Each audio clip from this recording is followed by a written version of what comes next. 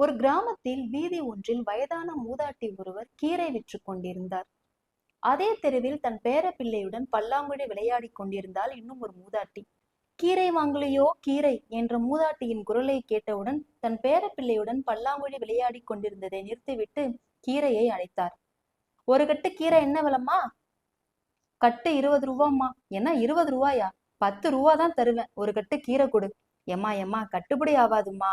எல்லாம் ஆவும் ஆவும், குடு குடு. எம்மா கோச்சிக்காதம்மா, கட்டுக்கு எனக்கு 2 ரூபா தாம்மா கிடைக்கும். சரிடி அம்மா, நீ எடுத்துக்கிட்டு கிளம்பு. 20 ரூபாய் கொடுத்தெல்லாம் என்னால கீரை வாங்க முடியாது, எனக்கு வேண்டாம். கூடையை எடுத்தாள் அந்த மூதாட்டி. மறுபடியும் கீரை கூடையை கீழே வைத்துவிட்டு, சரிம்மா நீதான் போனி, 10 ரூபாய் கொடு என்றாள். ஒரு கீரை கத்தையை எடுத்து அந்த பெண்மணியிடம் கொடுக்கும் பொழுதே அப்படியே சரிந்து விழுந்தாள். ஏண்டி அம்மா, என்னாச்சு? காலையில சாப்பிட்டியா இல்லையா? இல்லம்மா, போய் தான் கஞ்சி காய்ச்சணும்.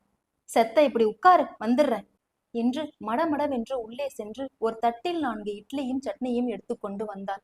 முதல்ல இதை சாப்பிடு என்றாள். அந்த கீரை விற்கும் மூதாட்டிக்கோ பசையின் மயக்கம். கடகடவென்று அனைத்து இட்லியையும் சாப்பிட்டாள்.